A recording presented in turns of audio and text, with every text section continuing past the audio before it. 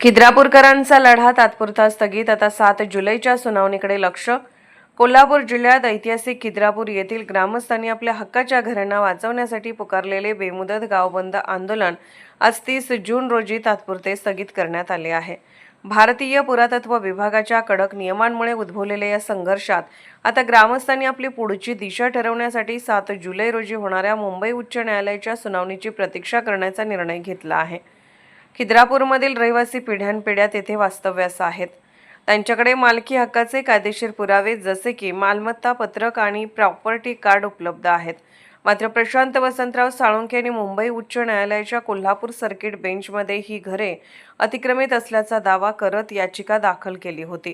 भारतीय पुरातत्व कायद्यानुसार ऐतिहासिक वास्तूच्या सभोवतालच्या 100 मीटर आणि 300 मीटर अंतराच्या प्रतिबंधित क्षेत्राचे नियम अतिशय कडक आहेत. हे नियम खिद्रापूर गावातील रहिवाशांच्या अस्तित्वावर गदा आणत असल्याने हे नियम शिथिल करावेत अशी प्रमुख मागणी ग्रामस्थांनी केली आहे. गेल्या 27 जूनपासून सुरू असलेल्या या आंदोलनामुळे गाव बंद होते. श्री कोपेश्वर मंदिर दर्शनासाठी बंद ठेवण्यात आले होते.